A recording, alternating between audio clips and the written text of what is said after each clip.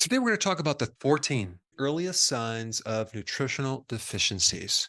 That being said, there are a lot more nutrients, and I have a complete list of all the earliest signs of specific nutrient deficiencies on my website, and I'll put the link down below so you can download when we're done. But today, we're going to start with these 14. Starting with vitamin A, what would be the first sign of a vitamin A deficiency? That would be difficulty seeing in the dark, especially if you're driving at night and it's raining and you just have a really hard time seeing in the dark.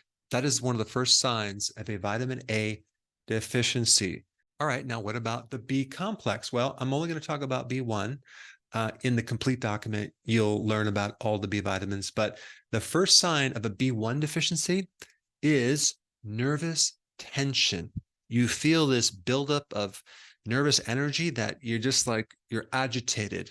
It's kind of like you could say a feeling of some stress buildup.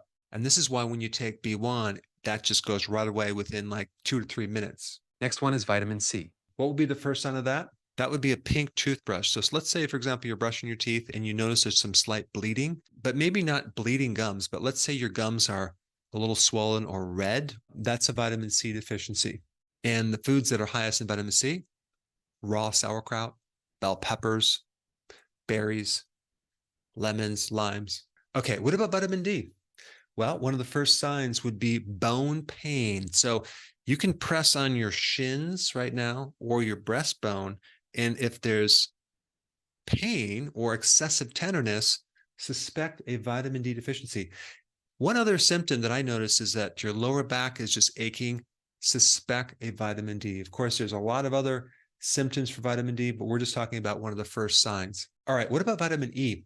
One of the first signs of a vitamin E deficiency is weakness in your muscles. If you find that you're climbing up the stairs and you're just like, your legs are heavier and your muscles are weaker, or it could be any type of, let's say you're doing weight training and your muscles feel weak, suspect a vitamin E deficiency. All right, what about K1? Well, excessive bruising.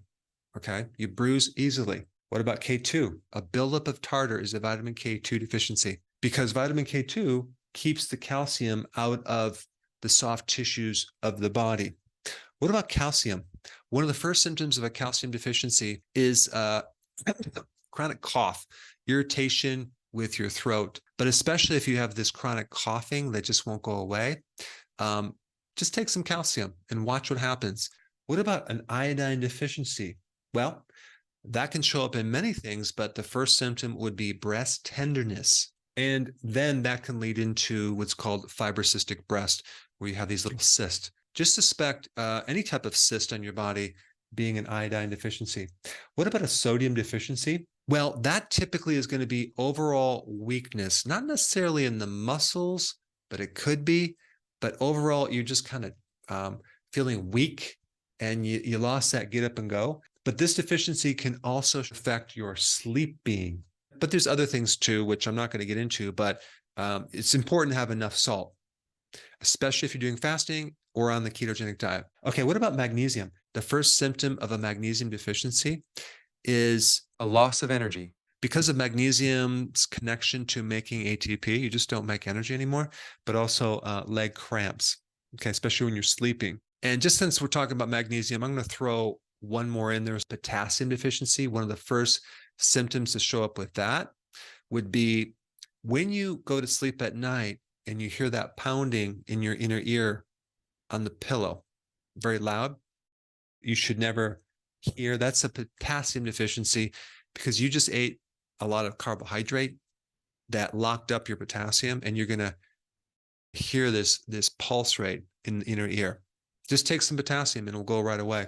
And also a lack of potassium will start increasing the pulse rate too. So your pulse rate will still go up. All right, the next one is the selenium deficiency. You're going to notice a bit of brain fog, maybe some memory issues, but definitely a negative cognitive effect. And realize selenium can come from a Brazil nut, but you don't need many, just need one per day. Also from shellfish, seafood, oysters, sea kelp as well, organ meats, red meats, and eggs.